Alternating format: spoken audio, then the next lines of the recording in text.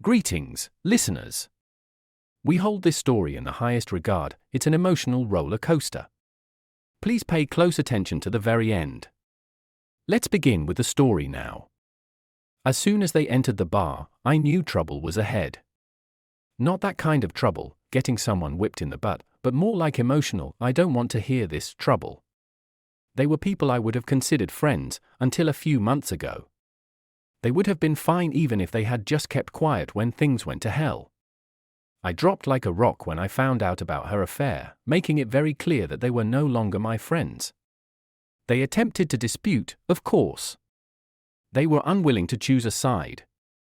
They kept saying that they thought she would realize that what she was doing was harmful and that she still loved me. I told them that it didn't sit well with me. Before they realized I was serious, it took a few meetings and some pretty heated exchanges. Even now, if someone approaches and tries to speak, I either turn away or walk away. I believe they finally understood. The few people I was still close to understood this and made sure not to bring her up. If by chance they did, I just excused myself and walked out. 6 months had passed. My proposal of a 50-50th split was more than reasonable, the statements were provided, the paperwork was filed, and it was almost finished. She was battling it with all her might. When neither of us would back down, they gave up on our arbitration attempt. They spoke with her mostly in an attempt to persuade her that she was receiving an excellent deal. Then she gave me a counseling session. I declined, telling the judge that there was no chance of a reconciliation and that it would be a complete waste of time and resources for everyone. After hearing a tearful, almost hysterical Becky, the judge threatened to put me in jail. He was taken aback when I responded, "Okay, just tell me when to turn myself in." "You're that positive this marriage can't be saved?" "Beyond the shadow of a doubt. To use a term you'll easily understand, I will not, let me stress that, will not ever be living with or have a relationship with her for the rest of my life. We have no children. Since this started, we have had very few friends in common. My business partner and his wife helped her carry on and conceal the affair, so I'm through with them. Divorcing her will be just a tiny ripple in the big pond of life. Clear enough for you? Maybe I exaggerated, and she wanted to see how strong I was. Before she finally realized I was willing to continue indefinitely and stopped counseling, I had spent 3 weekends in jail. The women's eyes told you that they were on a mission. The men simply had an uneasy expression. I was certain they weren't there by mistake. The bar was 25 miles away in another town. I didn't like the people in my previous bar, so I told my new favorite one. In her mid-40s, she was quite perceptive and had witnessed almost everything. She was able to extract the story from me in small doses, usually after I'd had a few beers. She had spent 21 years of marriage to the same man. The bar was theirs. The thing I admired the most about her was that, despite her obvious desire to voice an opinion, she never did. At last, one evening, I instructed her to voice her opinions, but only once, and never to bring them up again.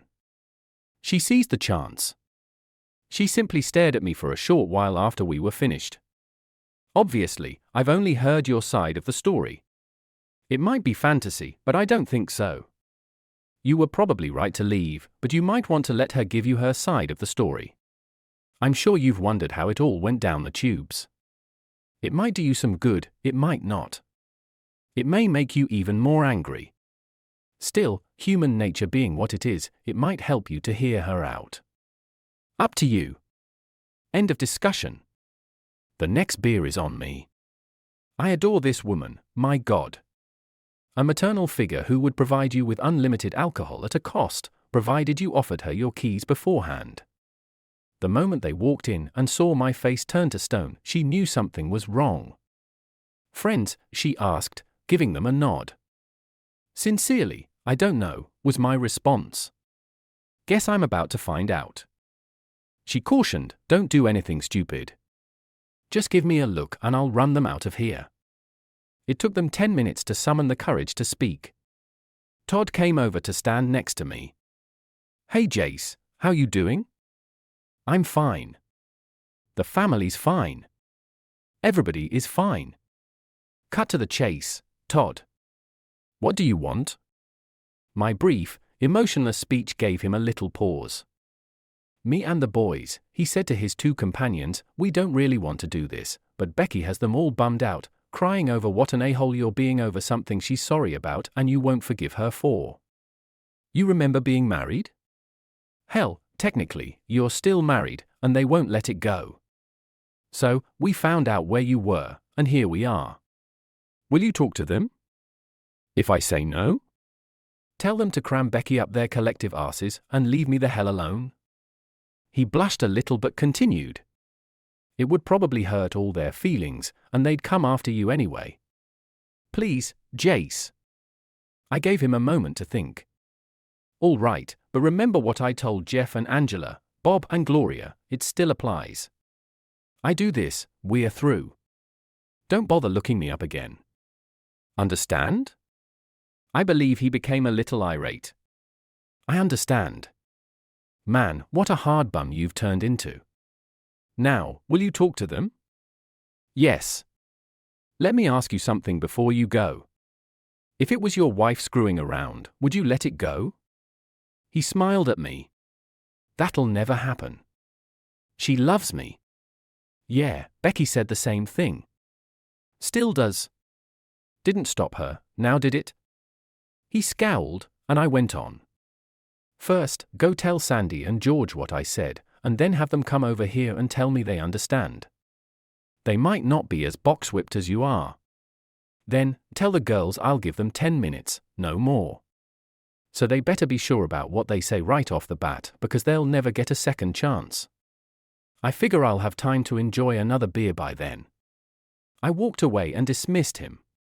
He paused, head dangling, for a moment before returning to the table. Their heads snapped up and they got into a furious debate, which I witnessed in the mirror. Sandy raised his arms and approached me. I've always liked you, Jace. You don't deserve this. I'm a little ashamed of the whole thing, and I'm out. I apologize for bothering you, but Tina is determined. We're going to have a long talk on the way home. This is the last time I'm going to put up with her meddling. I guess this is goodbye. He extended his hand. I gave it a shake. So long, Sandy. You're one of the good ones. If I ever come back to town, I might look you up. Not Tina, though. George didn't really care for me, so he wasn't bothered. The women were keeping a close eye on me. I made them wait for a short while, then I girded my loins mentally and entered the den of lions. As I sat down, they began to converse. I took out my phone, set a 10-minute timer, and held up my hand. I could tell it infuriated them greatly. All right, you're on the clock. Go.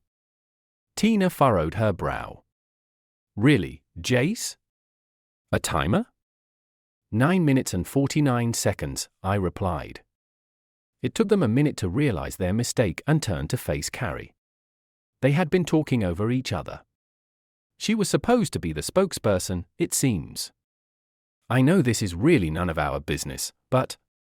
I slammed my hand down hard on the table, nearly sending them running. Finally, somebody understands. You're right, it's none of your business, and you'd be well served to stay out of it. But you can't resist, can you? You're determined to talk sense into me because you're our friends, right? Then where the hell were you when she was out screwing someone else? Where was your concern for me then? One word from any of you to either of us would have saved me a lot of grief. We wouldn't even be here now. But looking back, I can't recall you or any of our so-called friends ratting her out. Hell, a lot of you gave her alibis. End of rant. Let me reset the timer. For a moment, they were all in shock, and then Carrie spoke. She sounded irritated. Jace, please, it was a mistake. She never meant for it to happen. We didn't know what to say. She's miserable. Her parents hardly ever talk to her anymore. Her boss has her on probation. She cried when she found out you'd saved her job. I think she's learned her lesson. Time to swallow your stubborn pride and take her back. I rolled my eyes. Time? I'm sorry, I didn't read the 304 wife cheating handbook. I wasn't aware there was a time limit on how long I was allowed to be angry. So now it's okay? Fine. Kiss, kiss. Promise, promise, and we live happily ever after? Not hardly. You know, I'd be a lot calmer if you people wouldn't keep shoving her in my face. Still think you know best for us? Before nodding, they actually had a slightly guilty expression. Yes. I asked, glancing around the table, you all feel that way, and they all nodded once more.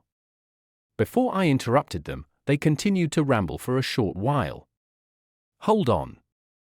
Let's go off the clock for a second here. Carrie, if you found out George was screwing around on you and all of us knew and didn't tell you, would that be all right? Or if the spouse was found out, would they eventually be forgiven? You love him that much? With a frown, she stated that she would eventually. And if the person he was fooling with was someone you knew? A friend? Even married to a friend? Could you forgive them also? It was obvious that she was uncomfortable. Suddenly, they all appeared extremely anxious. I'd like to think I would after a time if I thought they were really sorry. I smiled. Well, that's great, because Jan and George have been screwing like monkeys for about 8 months now. In fact, when I heard the rumors about you guys, I didn't believe it. And before you ask, I was going to tell you what I'd heard, but other things came up that required my attention. I left it alone because I thought you deserved to find out on your own, like I did. By then, I didn't give a damn about any of you anyway. It's why I moved here. I heard they had a better class of a-holes. So take your pious, hypocritical platitudes and shove them up your collective asses. I came to a stop, panting hard. At the table, there was utter silence. So, let the healing begin. That way we can all get over it. Carrie, tell Jen you forgive her. Jan, in 4 months you can promise her you won't screw him again, and everything will be fine. You'll have a stronger marriage for it.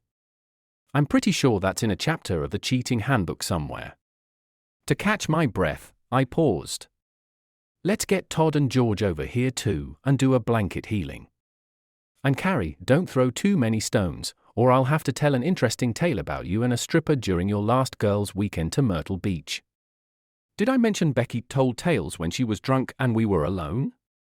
Tina, you and Sandy need a new circle of friends. Looks like the old one is pretty worn out. We finished our conversation about me and Becky, but it looks like you guys have a lot to talk about, so I'll be leaving now. Let's not do this again, ever. Bye. Was doing so a tacky thing to do? Perhaps, but I wasn't too bothered by it. He is sinless, and so forth. A furious altercation broke out at the table, involving numerous slaps, tears, and yelling. Tina was seized by Sandy, and they moved to a different table. She was crying quite a bit, and he wasn't very loud, but he had a finger in her face. At last, the bartender, Marge, gave them the order to either go or calm down. All of them except Tina and Sandy marched out. She approached me shyly and said, "I'm sorry," lowering her head and avoiding eye contact. Then she plucked up the courage to look up. "It's just that we thought you were the best of us. You guys seemed really happy. I didn't believe it when you split up, and I figured once you calmed down, you'd talk it out and get back together. I'm guessing everyone, especially Becky, didn't expect your reaction. You're really through with her, aren't you?" "Yes, Tina, I am." "You're wrong, though. You and Sandy are the best of us. Use this as a learning experience. Choose your friends a little more carefully in the future. Go home now, love each other, and if nothing else, remember me and Becky and how you can never be sure of anything, especially how a person will react to cheating. Maybe I'll see you sometime." After Sandy apologized once more, they walked out hand in hand. As they walked away, Marge gave them a nod. They seem a decent couple. The others, though, I'm not so sure of. I think the divorce court in your hometown will be a little busier soon. I agreed, nodding, and gave her my keys, paid the taxi driver $30, and switched to whiskey. My response surprised me just as much as any of them. I tried to think of myself as a pretty good guy. Continue to do. However, you never know how someone will respond to duplicity and stress. The cheating was made worse by the fact that I loved her so much. At first, I wasn't particularly drawn to Becky. I thought she was a little flighty and flirted too much. For the first 2 years that I knew her, we were not dating. She was my business partner's wife's best friend. It was Anna who was always attempting to bring us together. Give it a rest, Anna. We're just not attracted to each other. Speak for yourself. I know for a fact she's interested in you. You'd be good for her. Half busted, I gave her a cheek kiss and smiled. But dear Anna, would she be good for me? She didn't touch it for roughly half a year. My partner Ethan then asked me to do him a favor.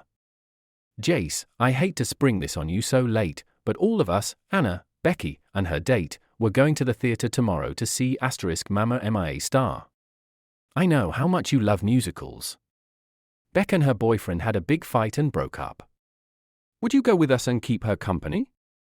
I took a moment to consider it. I don't think so. I don't think I'd enjoy it in the company of a weepy or angry woman, and you're the one who picked the show. It's all you've talked about for 2 weeks. Have you picked which dress you're going to wear? It's after Labor Day, so the white 4-inch heels are out. Go with the black 5-inch come-screw-me-a pumps. Maybe Anna will get excited enough to use the 10-inch strapping U-size queen. We laughed and returned to our jobs. Anna gave me a call that night. Please, Jace, she's a mess right now. She could use the company of a decent man. But I don't need the company of an emotional woman. She'll behave, I promise. Please, please, please. I exhaled. All right, but just because I want to see the show. In gratitude, tell Ethan you'll use the strapping if he's a good girl. He'll understand. We laughed for a minute while I tried to conjure up an image in my head. You asshole. Now I have to buy some scented lube on the way home. Cherry, if they have it. Anna may be 5 feet 3 inches. Ethan was 6 feet 4 inches and had a beard. Seriously, dude, thanks. If tonight sucks, I'm going to take a turn on you with that strapping. Now let's get to work. First, we headed out to dinner. Becky wasn't whiny, just reserved. I gave her a serious look for the first time. The problem was, she knew it and used it. I'd seen her work a guy, and the poor guy never had a chance when she turned on the charm. Then she'd laugh and walk off, leaving him hanging. She was 5 feet 7 inches, slender but with world-class curves. Her auburn hair fell to her shoulders in soft curls. Her face was well-proportioned, with brown eyes that sparkled most of the time and a mouth that seemed to say, "Kiss me now." I have nothing against dance clubs, but sometimes I actually like to hear myself think and hold a conversation. Anyway, we enjoyed the show, and the girls were actually singing their favorite song from the show in the parking lot. I smiled at Ethan and we jumped right in, and soon half the parking lot chimed in for the big finish. Later, we went for a drink at a small club I suggested. It was a weekend, and they had a 4-piece band, 2 keyboards, drums, and a guy who switched from guitar to bass when the song called for. It was old light melodies, mostly slow, and quite a few couples were dancing on the small floor. It was slow, soft, and comfortable rather than arousing. Ethan looked at Anna, and she dragged him out on the floor, saying, "One was all I got out before I was on the floor with a hot woman wrapped around me." She said, "Thank you," in a whisper. Why? Surprised, I asked. For showing me that good people are still around. I obeyed Anna's advice to behave myself. Though I'm glad you came, I know you didn't want to. Me too, I replied, expressing my sincerity. Becca, you're an incredible woman, whether you realize it or not. If you invest in someone worthy and take the flirtation down a notch or two, I'm sure you'll be happy. And I'm not judging you, I'm just stating what I've noticed from watching you over the past few years. She grinned for real. I believe I'm grateful. Do you genuinely believe I'm a kind woman? It's my turn to grin when you feel like it. In any case, that is the nicest bum I have ever seen on you. Have you ever noticed that I'm usually a step or two behind you when we're together? She flushed, gave me a quick arm punch, and said, I think thanks. Anna sat there, amazed, and we walked back, talking and grinning, as the song came to an end. What topic were you two discussing? May I ask? She inquired. How Jace says I'm a good woman most of the time and what a great bum I have. I looked at Ethan and said, what? As Anna laughed, Ethan choked on his drink. Tell me you haven't noticed, please. Anna gave him a suspicious glance and said, honey, what about my bum? When I came to his aid, he was struggling to come up with a tactful response. You have a nice bum, Anna, but it's not even close to hers. You have an amazing rack, if that's any solace. Ethan burst out laughing. Stop, Jace. Both women looked at me like I was crazy for talking to them like this. Give up while you're ahead. You really do have a nice bum, honey, and you totally beat Becky in that regard. But all that matters to me is how much I love you. Nice, safe, Ethan, I thought to myself, realizing now what a skilled salesman he was. We shared a wonderful kiss, and she insisted that I give her a call as soon as possible. You asshole. Anna called me frequently. I hoped it was a loving term. She was starting to think there were good guys in the world, and then you don't call. I hadn't spoken to her in 2 weeks. Her sentiments are deeply wounded. Anna, I said reassuringly when she eventually stopped. What?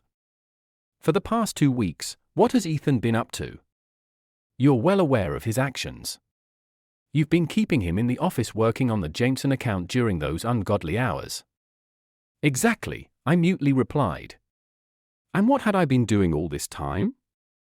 I feel bad for Ethan because it seems like you spend all your time at work. Oh, what's that? Yes. Oh. She suddenly started to apologize, saying, Jace, I'm sorry. I was not thinking. I ought to have called her right away and told her. Tell her I'll give her a call on Thursday of next week if she's interested. Yes, indeed, I will.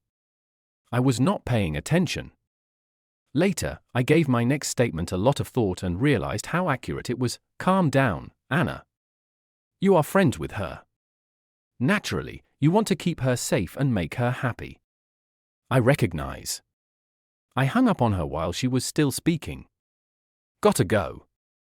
When I called on Thursday, she chatted happily and we arranged a date. She wanted to see a movie and then return to our club, so I threw in dinner.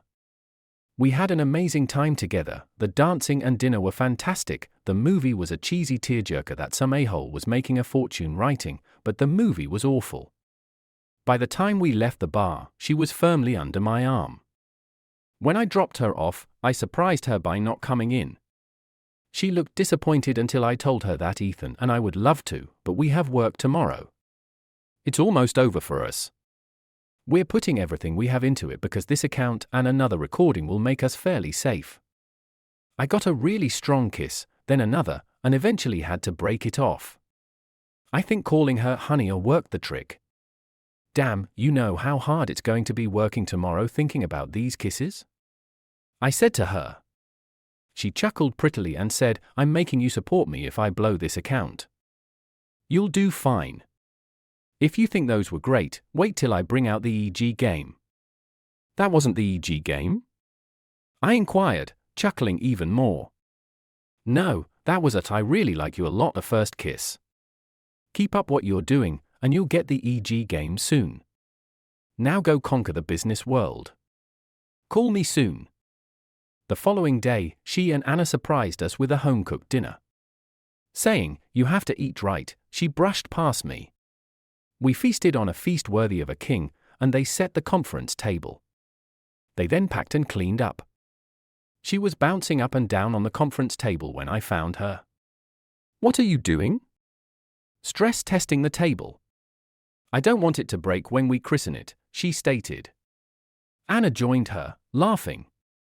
Becky said, yeah, it'll hold us. Bye-bye, honey, and stood up. Yeah, bye honey. See you this weekend. We're going to the lake to grill and swim. You guys need some sun. As someone who works in advertising, I am aware that one of the most strict guidelines is to always showcase your products as best you can, minimizing any flaws. Both of the girls had purchased new bikinis. Becky was wearing a modest top, but there was something off about her bottom. Anna, on the other hand, wore a modest top made out of wrapping string and 2 postage stamps. I think it helped that the manager and lifeguards on duty were all men, even though I'm still not sure why we weren't kicked out of the state park we were at. When Ethan and I couldn't take our eyes off the girls, we almost set the stakes on fire. We ate, played in the water, and then got into a volleyball match against 4 guys after they had laughed and changed into slinky covers. We were not very good, but we always managed to win because either Anna would spring up and down or Becky would bend over to pick up the ball. They dragged us into the water just before dusk, cuddling close to one another like we were kissing. She shot up a smile, as did Ethan, when she pulled back. After that, I turned to face Anna and Ethan, who were both nude, and she apologized, saying that we were getting too hot. Anna gasped when she saw it, Alan just grinned, while Becky teased her and begged her to come get her cover. Since Anna's was significantly lighter than Becky's, when she finally tossed it to her, it felt like wet t-shirt night. I heard someone gasp and spun around to see 3 teenage boys standing there with their belongings out like deer blinded by headlights. Anna smiled even wider, begging Ethan to get her a towel so she wouldn't be overshadowed. It's still hard for me to think about that night, even though I'm hurt and heartbroken, because Becky bent over and showed her bum cheeks when she picked one up and gave it to her goodnight boys. They said as they made their way to the car, "Maybe we'll see you next week." Forever will be the night that I will never forget. We nearly damaged the bed. She appears to be multifaceted and goes utterly insane. By the time she was done, you wanted to come so much that it hurt in spite of everything else. Until I realized I had a partner, I never complained about the sex. We spent all of our time together. Once or twice a week, they would get together for lunch, one would bring it while the other went out. We found that the couch wasn't as sturdy as the conference table. One day Ethan and Anna ate lunch on it, so we had to replace it. We had reached our destination of cohabiting when an obstacle arose. It was always a warning that I ought to have taken. We finally got the other account we had been chasing, but it required a lot of work before we could afford to hire someone. To make more time with Anna, I typically put in more hours at work than Ethan did. I hadn't gone out with Becky in 3 weeks. She was a stunning woman who wasn't used to being the center of attention, so it wasn't right. I apologized, but she was witchy during the last 2 calls. At 5 on a Saturday, I looked up. She wasn't home when I thought I was going to give her a call and spend some time together. When I called Anna, she told me she believed Becky was hanging out with her co-workers. I wasn't feeling it after she called me out for not focusing on her more. She was attempting to retract her statement when I hung up. "All right, if that's the way you feel, tell Ethan starting next week he works every hour I do." "Sound good?" she asked.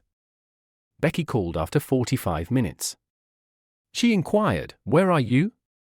She was still attempting to speak when I hung up, saying, "I couldn't get hold of you, so I went back to work." "Enjoy your night out. I'll call you tomorrow." I wanted to be by myself because Anna had destroyed my mood. I had returned to work when I made the decision to have some food. I grabbed a large order of handmade onion rings and 2 hot dogs from a little mom-and-pop shop across the street from the office.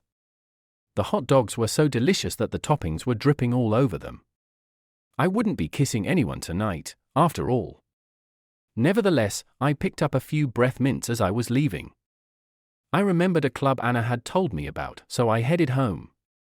It was similar to the one we liked in that it had a jazz slant. She reasoned that it might be a nice change of pace after reading about it in the entertainment section. In any case, I could check it out, perhaps they would be there. It was a pleasant space with dim lighting, dark wood, a kitchen akin to a pub, and a good-sized bar. There was a stand-up bass, piano, and drums in their 3-piece band. Even though I wasn't a huge jazz fan, they were actually pretty good. The sound of Becky laughing made me think she would like it. My day was made. She and her girlfriends had visited this place. The cunning little devil was investigating, just like me. As soon as she came into view, walking towards the dance floor with an unfamiliar guy, I headed towards the lounge area with her arm in hers. I didn't care because we were both frequently asked to dance, which we occasionally did. I checked the floor and there were no girls alone. Oh. I made the decision to stand back and observe the situation. I moved a little table to the side and observed. The table was empty of other people. 3 more dances later, he put his hand firmly on her buttocks during the final one. The final kiss and the kiss at the table completed it. I didn't ask her to be exclusive, but if she was seeing other people, I thought she would be more honest about it. It hurt, no doubt about it, it hurt a lot. I dismissed it as a lesson learned and turned to walk away, only to realize that I had mentioned going out with the girls. After requesting a round of drinks from the waitress, I tipped her $20 precisely 5 minutes later. Her skills as a cocktail waitress or bartender were well developed. There's not going to be any trouble, is there? I assured her, saying I was leaving. They're friends of mine, and I felt foolish not noticing before. The drink was an apology because I had to leave and hadn't talked to them. She bought it, kind of. I waited a minute and dialed her number. The band was on break, and I heard it ring from where she was sitting. She looked at it, said something to her companion, and took it. "Hi, honey. Change your mind?" She sounded so sincere. "No, I'm beat. It's bed for me. Say hi to the girls for me. Where are you? It sounds awfully quiet. The band's on break, and the girls had to go potty. I'm guarding the drinks." The waitress was approaching with their drinks. They looked over at me, and I stepped out of the shadows. "The fedora is nice, isn't it? Tell your girlfriend here not to go into the ladies' room dressed like that. They may not understand." Her mouth opened and closed a couple of times before she could recover. I was already out the door. I sat in the darkened lot across the street and watched as she ran out the door, looking around wildly. Her date came out and said something, but she shook him off. The phone started ringing, and I cut it off. I didn't feel like talking. Her date argued some more, and she kept shaking her head. Now he finally gave up in disgust and went back inside. I wonder what she was waiting for. 15 minutes later, Anna roared up in her SUV. She climbed in and started towards my apartment. I went the other way, not in the mood for a bunch of drama. I found a motel, paid cash, and knocked out for 10 straight hours. There was no one in my parking lot when I got home, so I showered, changed, and headed back out. I went by the office, but Ethan and Anna were there. I figured Becky was lurking somewhere, so I drove by, went for hours away to the mountains, called, and left a message at their house since I knew where they were, and told them I needed a break and would be back Tuesday. I slept. I walked around in the sunshine, enjoying it immensely. I ate what I wanted, when I wanted, even stopped at a tourist trap and bought them all some gifts. Tuesday morning, I was in the office bright and early. I had parked the car out of sight, and he nearly jumped out of his skin when he walked in. He grabbed his phone immediately. "Use that, and I'm gone for the rest of the week. Understand?" He nodded, watching me wearily. "Good, let's get to work." I feel great. That little break made a world of difference. I've come up with some good ideas, tell me what you think. So, until lunchtime, we worked away. He was excited about the new ideas. At lunch, I told him I'd see him in an hour and left. Usually, I ate a sandwich at the desk and kept working. He had been back 20 minutes before me. Anna was there 20 minutes later. She drew in a big breath, and I held up my hand. "I'll talk first, if you don't mind. Becky doesn't owe me a thing, except honestly. We hadn't talked about being exclusive. I would have hated it but understood if she told me she wanted to see others. But she didn't, and then she lied about who she was with and where she was. That tells me a lot." She started to talk, and I held my hand up again. "Not done yet. Tell her not to bother me. I'll call her sometime this week. One more thing. Did you know she was on a date and then lied to me about it? If I think you did, it would affect our friendship greatly. If I can't trust you, you're not my friend. Understand? She paled a little, and Ethan looked uncomfortable. Then she lied? I didn't know, or I would have stopped her. I'm mad at her too, Jace. I thought she was finally growing up.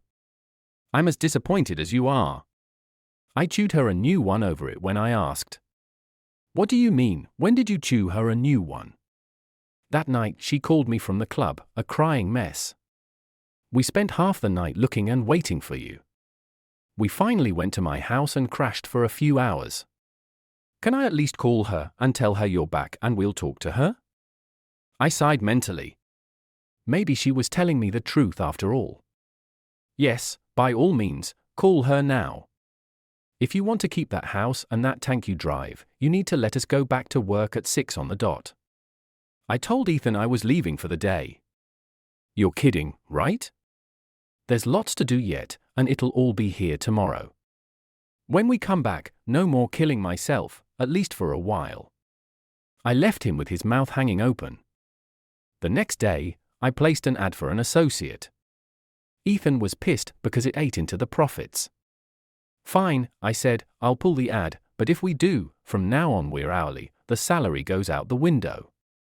He didn't like that because he knew I easily worked at least a third more than he did, so he shut up. I hired a woman straight out of school. She was really talented but had no real-world experience. I ended up spending a lot of time with her at first, but she developed nicely. Our business actually increased because we could handle more. Between Ida and me, we kept the ideas rolling, while Ethan handled the contacts and sales. I called Becky like I promised. She didn't know what to say. I waited, I said. I'm sorry finally came out. For what? I asked. I wasn't going to make it easier for lying to you, for going out behind your back. I was climbing the walls and just wanted to get out. I wasn't going to sleep with him, I just needed a companion. I shocked her. I understand, and you hadn't made me any promises, but I expected honesty, and you lied like crazy. Tell me how I could trust you enough now to return to where we were or go forward. You know I was wanting more, I thought you did too. Oh well, a leopard spots and all that. That offhand comment actually sent her into a rage. Damn you, you always had it in the back of your head I couldn't measure up, didn't you? I bet you threw your arm out of socket and put a callus on your tongue patting yourself on the back and saying I told you so. I was falling in love, a-hole.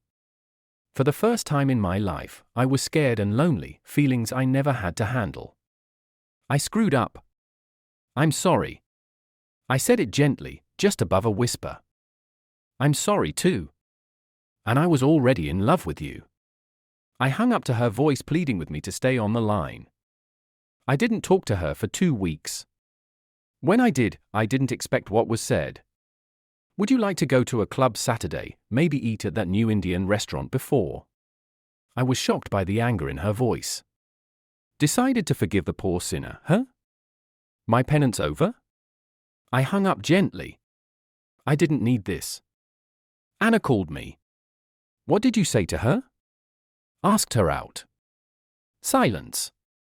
I thought maybe she'd hung up. Oh, what did she say? She didn't say yes, and that's all that matters. Good night, Anna. 2 days later, Anna called me again. I'm with Becky.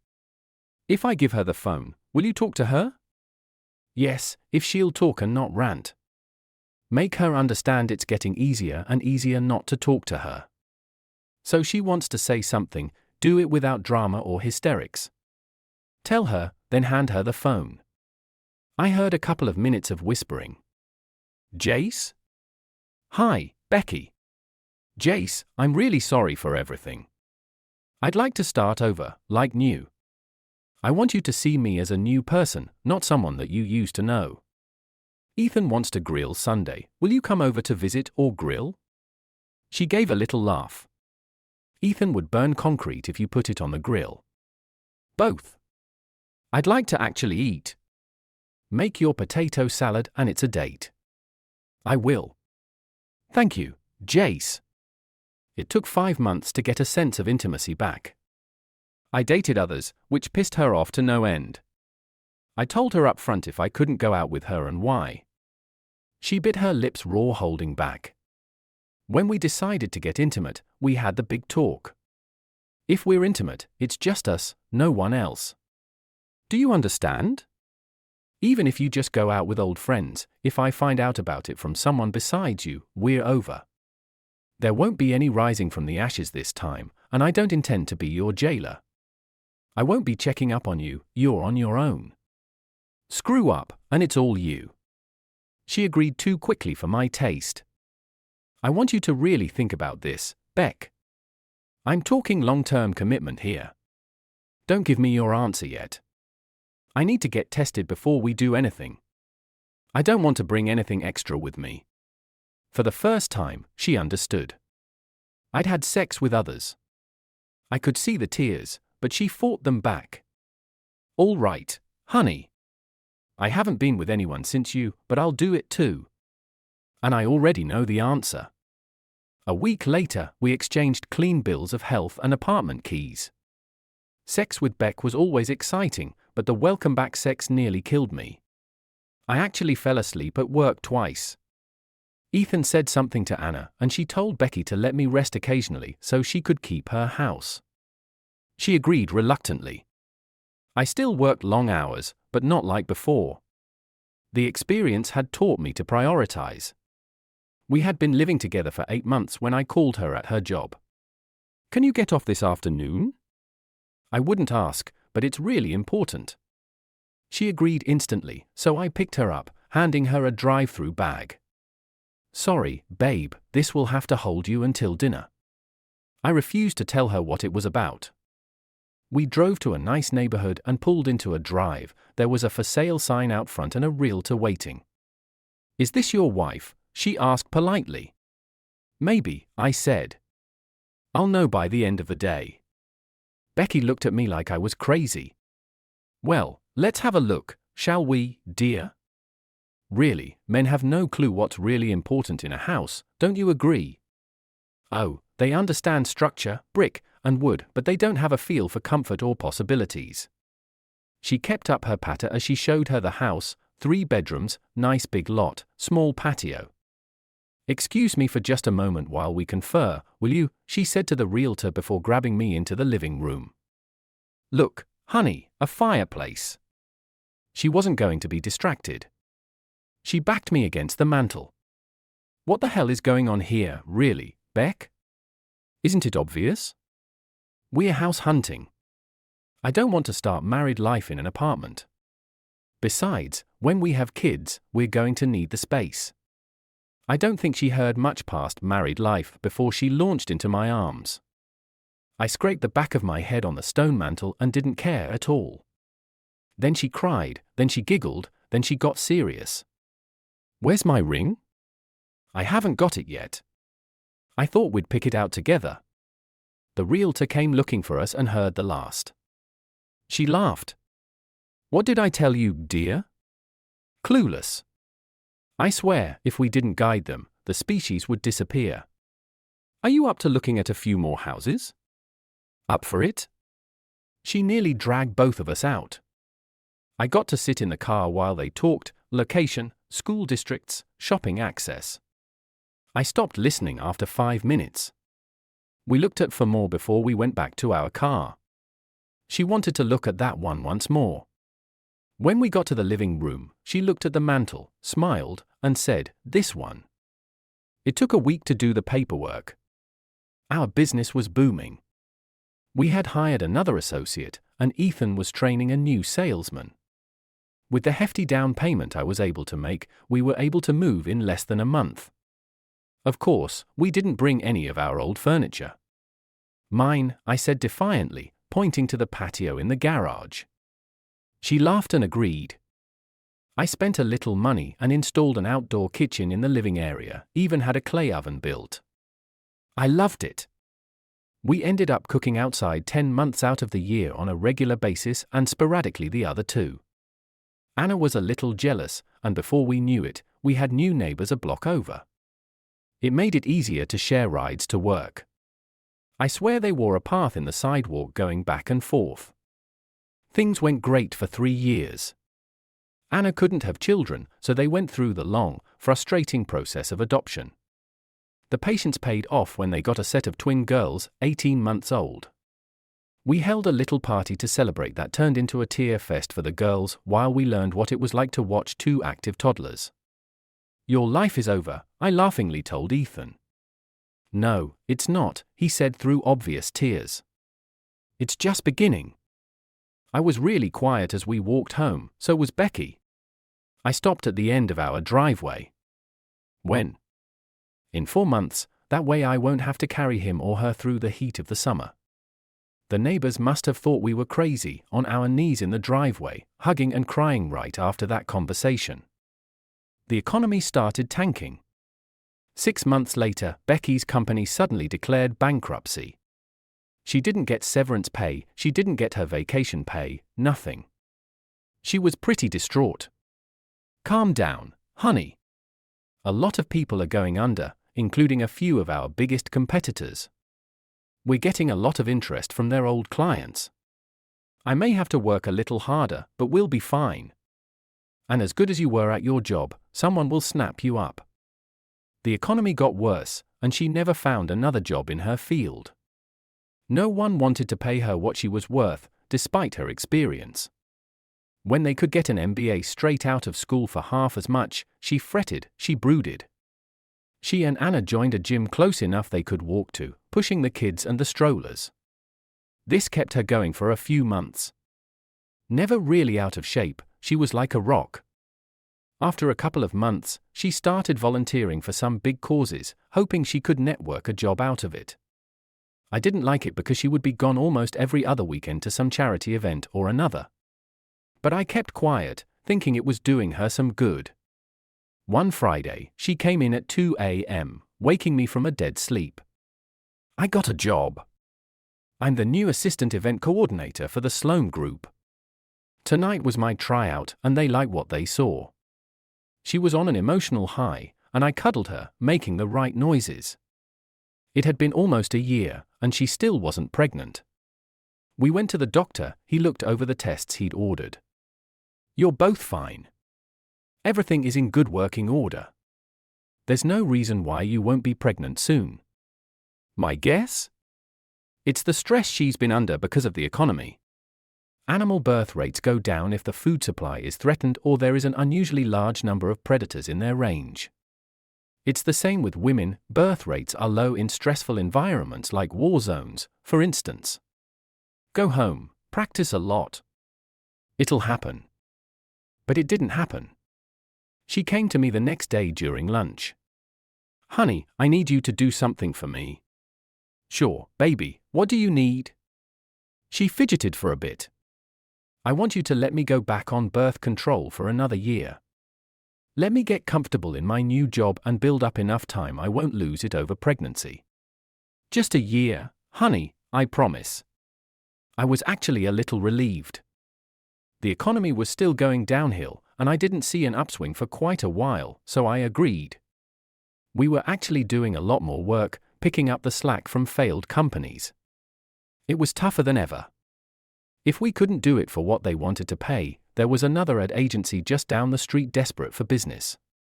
Part of her job was attending the events to make sure they went smoothly.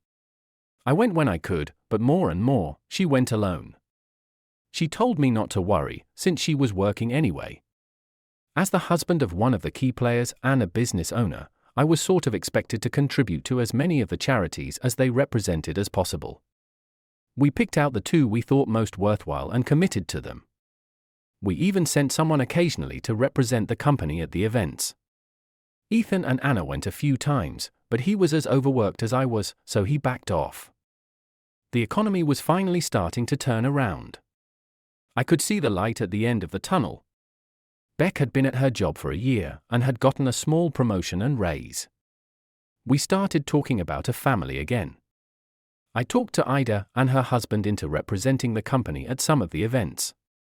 It kept our name in focus and allowed Ethan and Ida to work more. Ida had developed nicely to the point that she was being stalled by competitors. We had a long talk about it.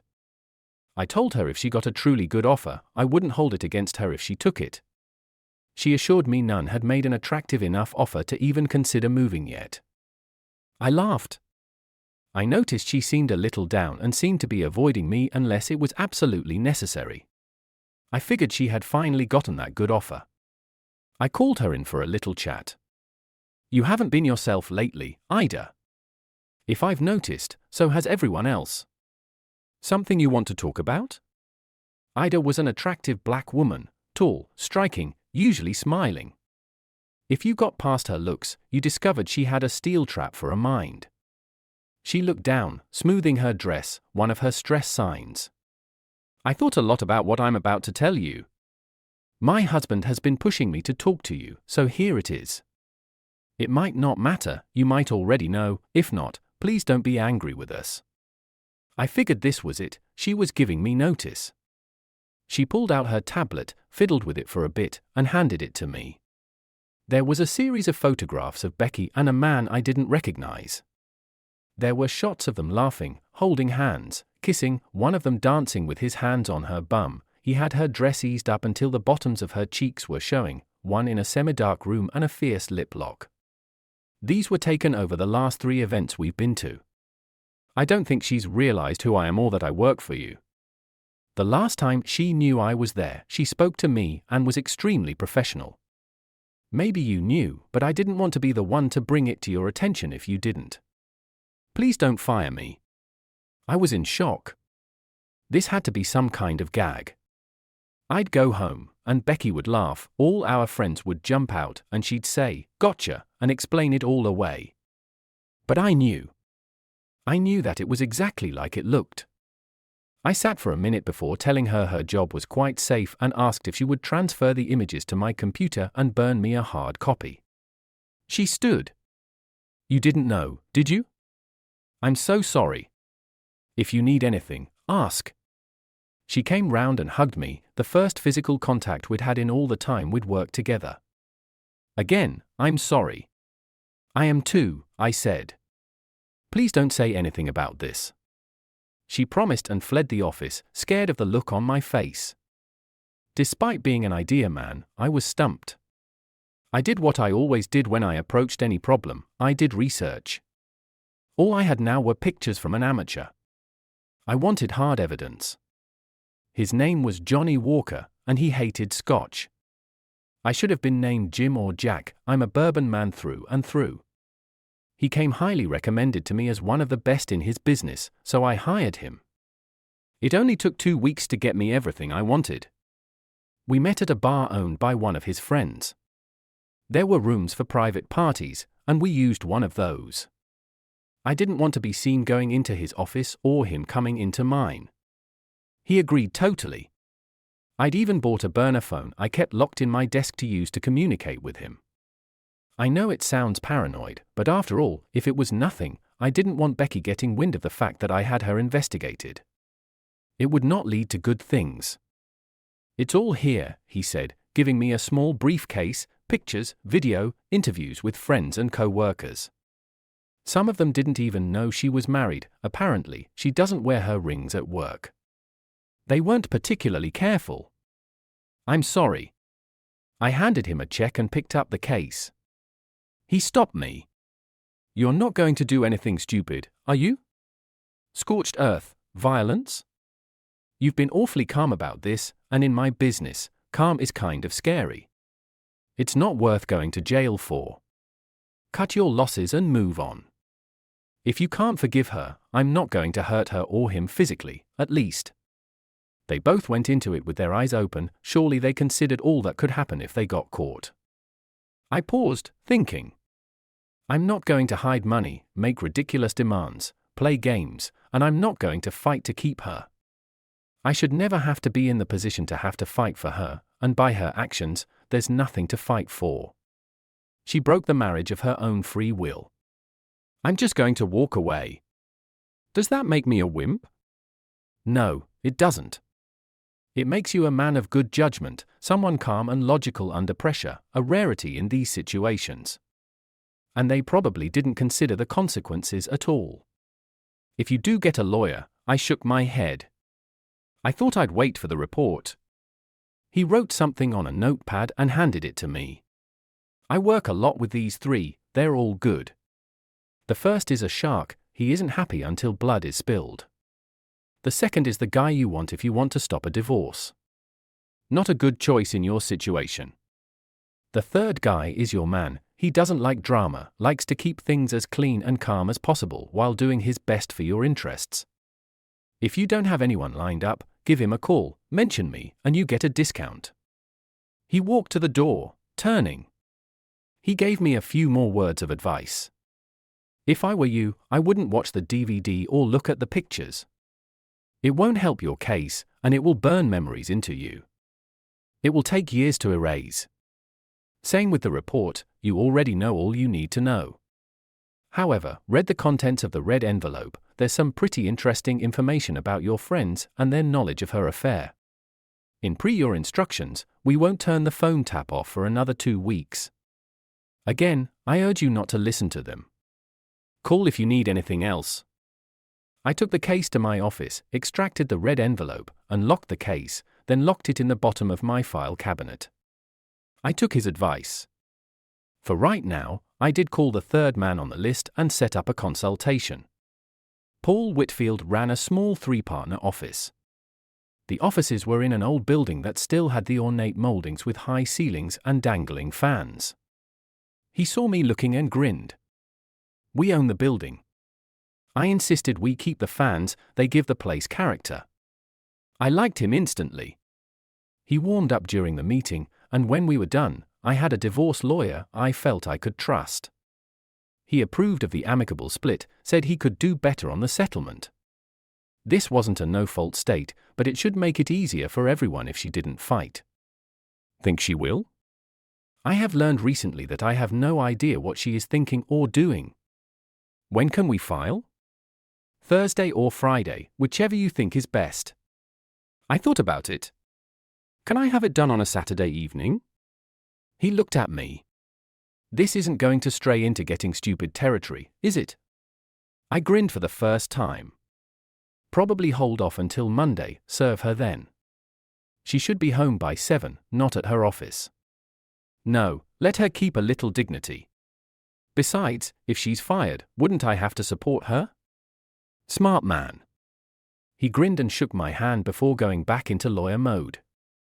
Call me if you think of anything you forgot to tell or ask me. I thank you for your business, even if it's sad business. I'll call right before she gets served if you want. I got my ducks in a row. I looked around and found a nice 2-bedroom house in the next town over. I thought about an apartment or condo, but I enjoyed houses better. It would mean a 35-minute commute, but it was a quiet neighborhood, and I didn't think she'd look for me this far out. I had read the red folder. It made me very, very angry to know how many people I knew were aware of or helped cover for her affair. Their time would come, especially 4 of them. I played nice at work, kept up the farce at home. For the rest of the week, she was feeling amorous Thursday, letting me warm her up for the weekend. I guess by now she was just nothing to me. I didn't necessarily screw her, but it wasn't exactly loving either. She got off, I got off, then I got off her. You seemed a little distracted tonight, honey. Do I not do it for you anymore? She acted playful, but I sensed an undertone of fear in her words. You've always done it for me, Beck. I'm just tired and stressed. Let's get some sleep. I tried, but I just couldn't make myself cuddle, so I turned over and faked sleep. She snuggled to me, spooning. Love you, baby.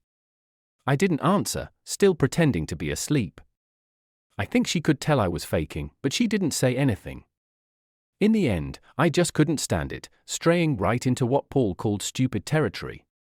I waited until almost an hour after the event was in progress before walking through the doors. I stood on the fringe of the crowd, watching. They held hands, snatched a little kiss now and then. The band started up, and I watched them sway across the floor. He was a better dancer than I'd ever be. Other than that, I didn't see it. He wasn't as tall as me or as toned. No accounting for taste or lack thereof, as my great-aunt was fond of saying. I was almost to them when I stopped dead. Anna? She appeared right in front of them. They hugged, and they all laughed. I wonder if Alan knew she was here. I was like Moses parting the Red Sea, one look at my face, and people got out of the way. Becky must have noticed how the crowd was moving back. She turned, still holding his hand, and looked dead into my eyes. She froze for a few seconds before trying to form words and let go of his hand. He grinned, the happy grin of a guy whose life is good, and held out his hand. "Friend of yours, Han?" he said, finally letting go and holding out his hand. "No," I snarled. "Husband." He paled and took 2 steps back. I looked at Beck. "Aren't you going to introduce us?" "Jace, honey, it's not what it looks like." "Give it up, it's exactly what it looks like. My wife keeping company with another man. How's that for putting it politely?" I could have said, the a-hole she's screwing, the guy she's hanging the horns on me with, the scum-sucking bottom feeder who has no problem screwing a married woman. I was getting louder, and I drew myself in, breathing deeply. Her honey was trying to disappear into the crowd, quite a few were listening. I called out to him, drawing even more attention. "Where do you think you're going? You got the balls to bang her but not stand by her when it hits the fan? Doesn't say much for you, does it? But don't worry, she's yours now. I got no more use for her." Becky was pulling my arm, begging me to calm down and we'd find a place to talk. I removed her hand a little forcefully. "I know, Beck, I know. Don't try to spin it, don't insult me by trying to explain it. We're through, completely understand. I left you a little something on the dining room table, it should bring back fond memories for you." I looked at Anna, standing beside her, and looking completely terrified. "And you, don't you ever speak to me again, not in this lifetime. If we're in the same room, it would be better if you stay as far away from me as possible or leave right away." "No, wait, I do want to hear one thing, did Alan know?" She hung her head, that told me all I needed to know. "Then tell him we're through. His partners can buy me out, or I'll put my half up for sale." It hit the fan big time. She called, Ethan called, Anna called, over and over. I didn't answer, I erased the messages. I kept my car in my little garage with the door down. I was walking distance to a grocery store and a bar. I didn't like the bar, but the store was fine. I shocked the out of Ethan by showing up at the office Monday. He started to talk, but I shut him down. "I know you knew. Anna is good, has told me, being the true loyal friend she is. I'll never forgive Anna for helping her, and before you say it, she was helping her, at the very least by keeping her secret. So tell your wife it would be in her best interest to stay away from the office and me. If she insists on being here, I won't let the business go down the drain and walk away, Ethan. It would be very easy. This includes Becky, her lover, or any other of our so-called friends. Leave it alone." I had already called the police about restraining orders, they told me to talk to my lawyer. By 9, Becky and Anna were pounding on my office door. I called Ethan. "If you want to stay in business, make them leave now, or I'll be the one leaving, and I won't come back." I could hear a lot of the argument through the door. Becky was refusing to leave, and Anna was supporting her. Ethan was trying to make them understand. "Please, girls, I'm begging here. This is his place of business as well as mine, and he has the right to conduct it as he sees fit. If you push it, he'll have grounds for a restraining order, and that would be bad. He's so upset, he told me he's going to sell his half of the business if I don't buy it. He'll go to someone else. We can't afford that, Anna, not now. We've just gotten to the edge of being really successful. He's the idea man, the brains behind the business. I just sell whatever he comes up with. It would ruin us, Anna, Think about the kids. I heard more mumbling than silence. He called, they've left, you can come out of the office now. I don't think so. As long as I'm in here, I'm in an a-hole-free zone. Go back to work, try to figure out what you're going to do, and ask ID to come in, please. He was starting to beg again when I hung up. It's been an interesting few days. Care to hear about it, she said as she Saturday. Curiosity got the better of me, so I nodded. I was there. You had forgotten, hadn't you? I nearly flipped when I saw you mac her husband, and I were trying to intercept you, but you were too quick. Ma said he saw murder on your face. I know. You managed to scare the out of quite a few people after you gave your little speech and left. It was bedlam for a while. Becky did try to follow you, but Anna and the guy held her back. I was close by then, and I heard Anna tell her to give you a little time to cool down first. She was crying, saying if she didn't get to you then, she'd never get another chance. But by the time she broke loose, you were gone. Quite a few of the patrons left after the scene. I have a feeling donations that night were a little shy of expectations. She stopped, looking at me. Do you know his name? Yes, and his age, his residence, what kind of car he drives, his past, and everything else a really good PI could come up with. She shuddered a little. You're not going to do anything cruel, are you? Yes, I said, making her blanch. I'm going to ignore him. Every time he walks around a blind corner or hears a loud noise behind him, he'll expect it's me. He'll be a nervous wreck for a while. Eventually, he'll figure out I have absolutely no interest in him, and that will be the biggest insult I could give him. What about your wife? They had to almost carry her out of the place. I think she was beginning to realize how bad it was going to be. I don't have a wife, I said, stone-faced. Then I grinned. Tease her mind, but if anything ever happens, and you find yourself single, I'll be like a politician at a pork barrel. White boys aren't all bad. She smiled. I don't cross the color lines, but if anything ever happens for you, I'd make an exception. We stood, and she hugged me. It felt great. She rubbed those nice mammary glands across my chest. I couldn't help it, I smiled. She grinned back. We worked the rest of the afternoon. When I came out, there were 2 envelopes on my bike seat, one from Anna, one from Beck. I knew Ethan was watching as I dropped them on the ground and left.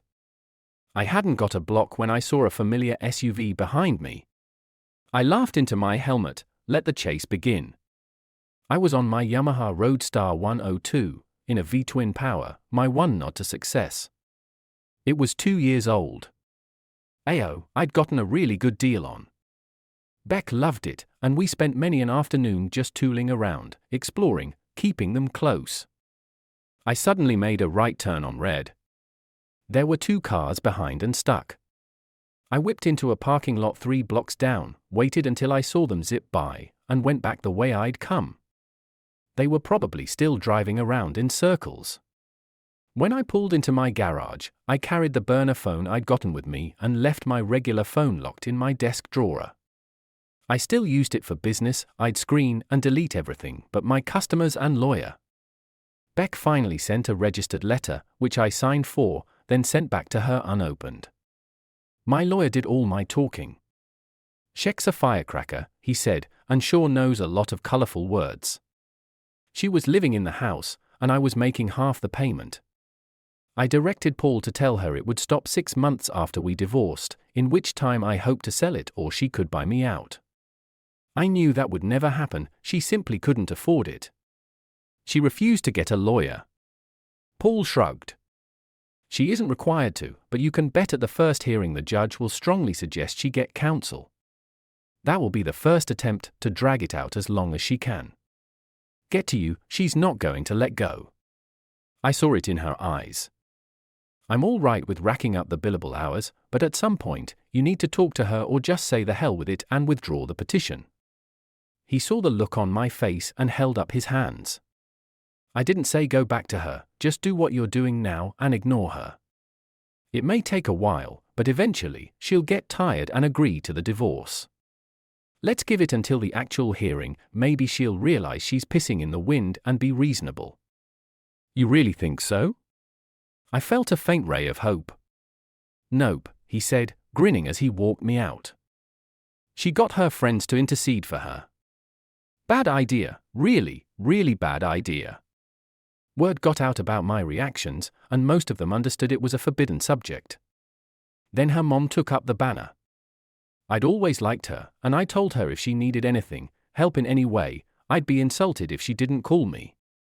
But if she said her daughter's name one more time, I would never speak to her again. My mom became involved.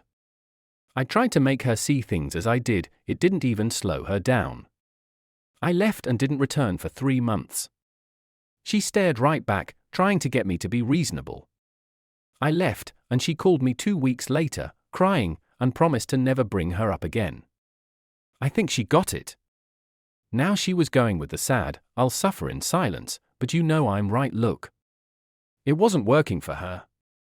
She did say she thought I needed to see someone. The anger is changing you, honey.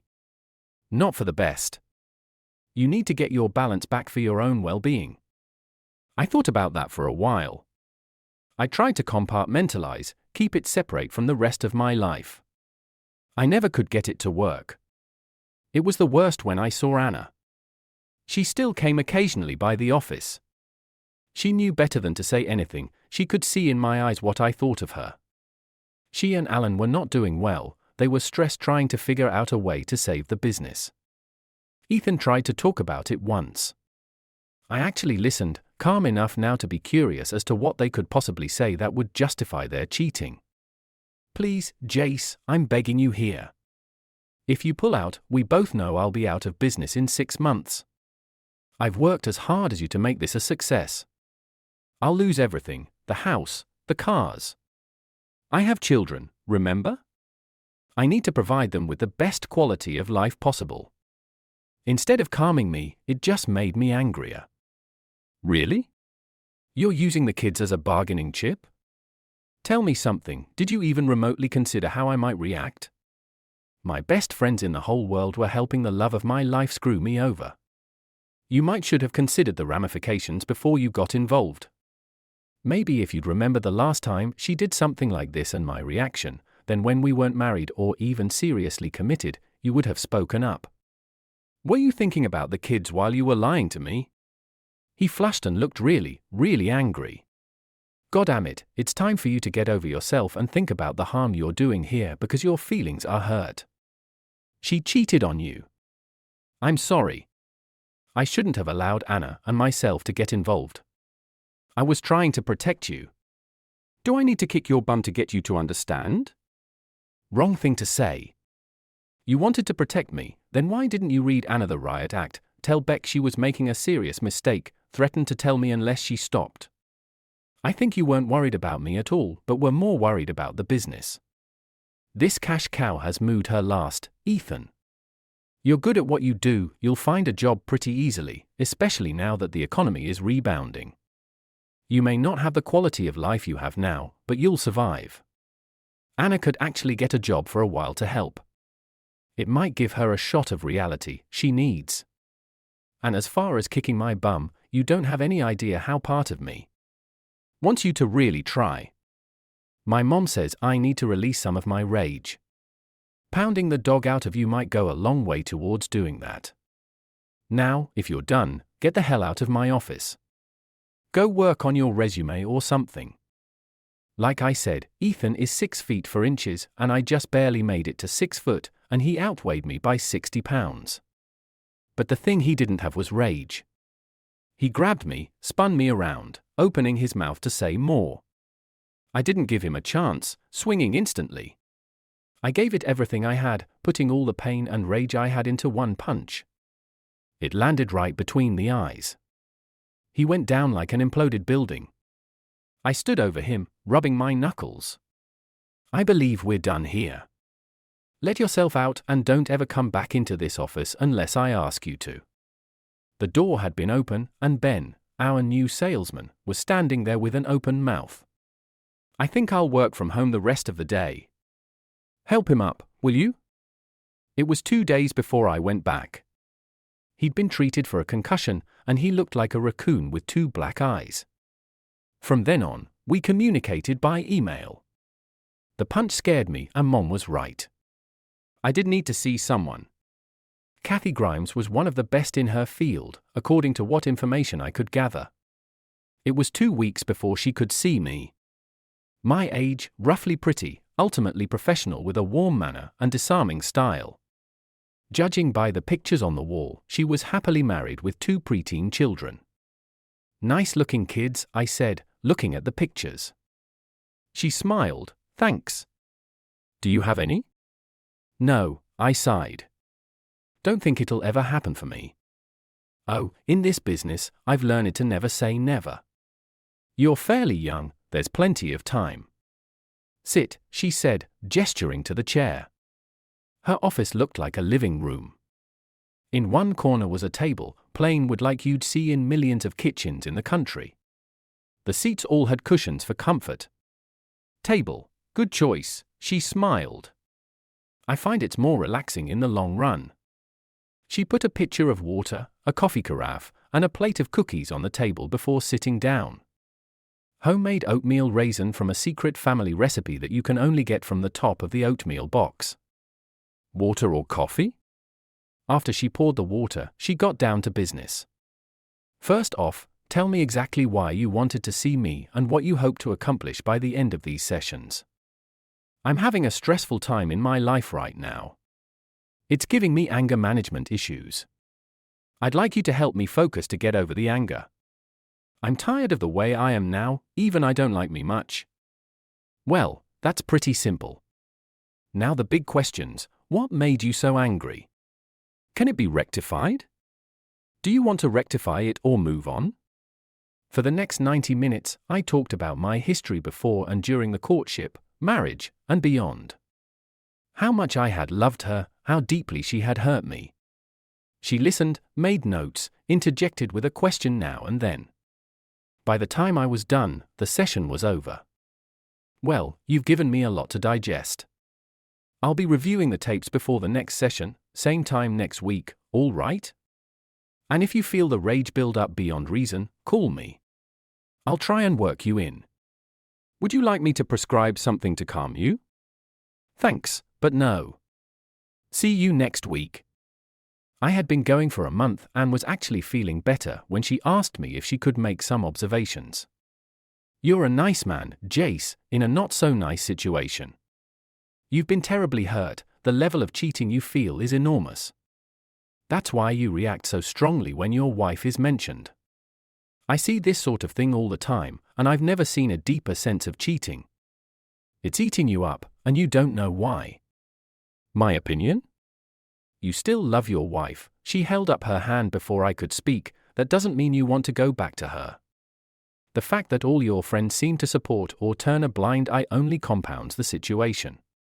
And all them telling you to get over it, forgive her already, didn't help any. It keeps the pain front and center. In the end, you have to ask yourself if you'll be happier with her or without her. I thought about it for a few minutes. It sucks either way. She's cheated on me twice now.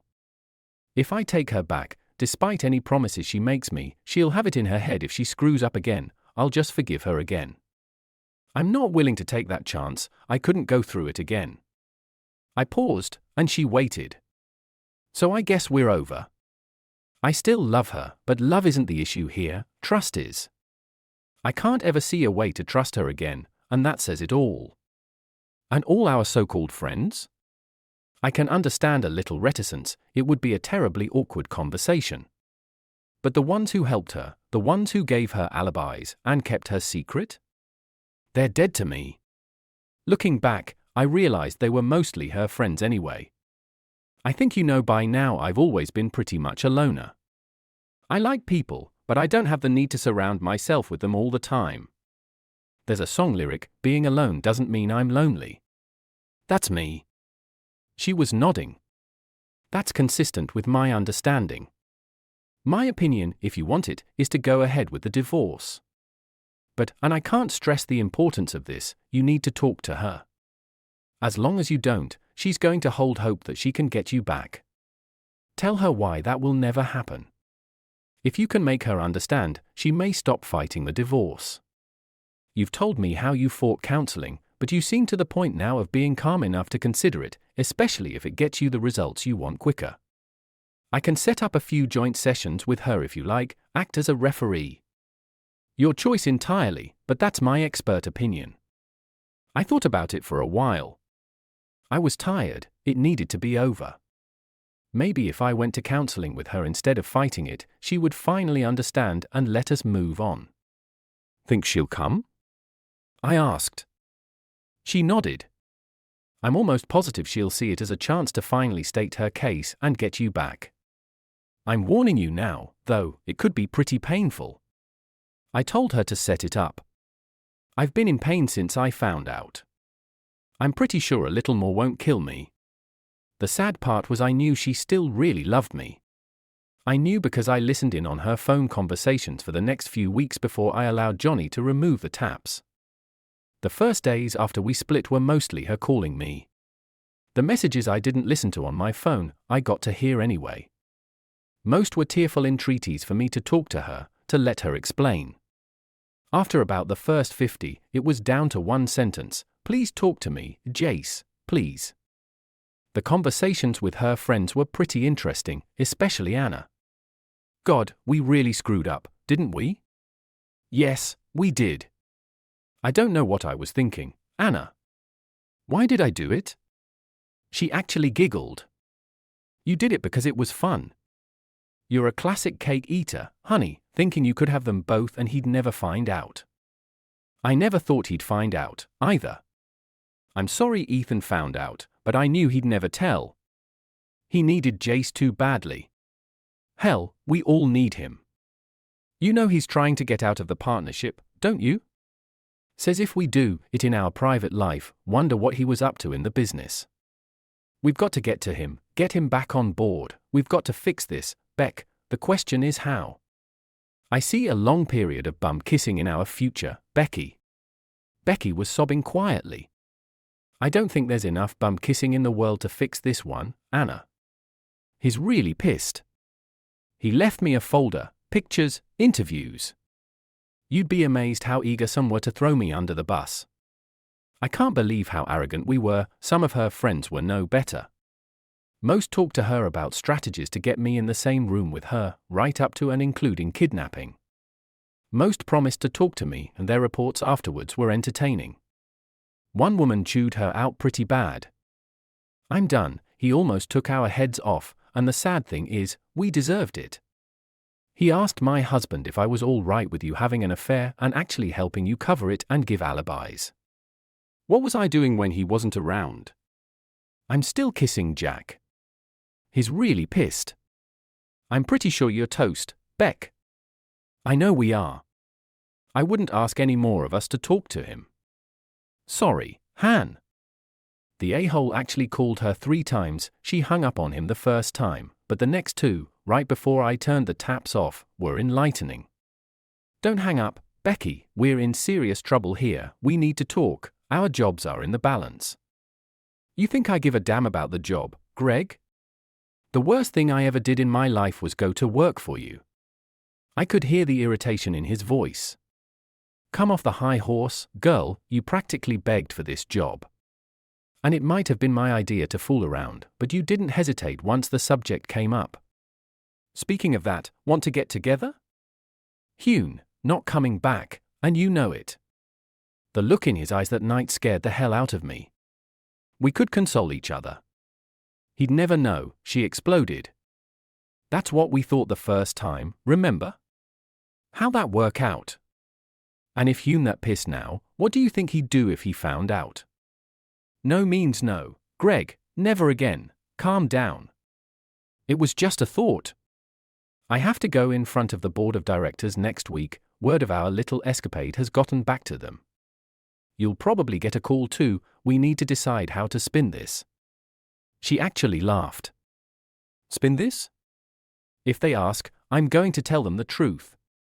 We had an affair, we both share the blame. I will tell them that it's over, and I'll never do it again. If they let me stay, I doubt they will. He tried one more time. They'll fire me, Becky, whether they do you or not. This type of work is all I've ever done. If I get let go and word gets out why, I'll probably never work in this business again. She softened a bit. I'm not throwing you under the bus here, it was both our fault. But I have to tell the truth. If I don't and Jace finds out, I really will be toast. I'm actually fond of you, Greg, but you're not worth my marriage. Well, she seemed sincere. I called their direct boss and arranged a meeting. He showed with his lawyer, scared to death I was going to sue them. That kind of publicity in this economy would seriously compromise their fundraising abilities, and I knew they had a very strict moral code, an absolute necessity for their company. They could lose contracts, and it would be very hard to attract new charities. Up until now, they'd had a really good record. I played the tape for them. Before you talk, I need to tell you, this tape was legally obtained. If push comes to shove, I'll make it public record in my divorce. I let them sweat before I gave them my proposal. I'll forego legal recourse for certain considerations. First, my wife is never to know of this meeting. Second, reprimand her, demote her, do whatever you want except fire her. I need her to have a job during the divorce. Do what you want with the a-hole, but in my opinion, this doesn't seem like the first time to me. What if it had been a major donor or the wife or daughter of one? In my opinion, here's a disaster waiting to happen. There again, in my opinion, do what you want, agreed? Good. Of course, we can't write this up, but I've taped this agreement here. I pulled out the recorder and gave them the tape. I neglected to mention the other records still going. Now, if I make trouble for you, you can play the tape. And one more thing, you have a volunteer, Anna Waller. She helped my wife conduct her affair and covered for her. It might be good if she wasn't associated with you any longer. They looked like bobbleheads shaking up and down in agreement. She did get demoted and put on probation, but she kept her job. Anna was pissed when they told her it might be best if she volunteered for another organization, but she understood. I feel like Jace was behind it, she whined to Becky. What if he was? So what? I bet Ethan would agree if he would admit it. You're judged by the company you keep, Anna, and right now, I'm toxic. They allowed Greg to resign, and he didn't get a letter of recommendation.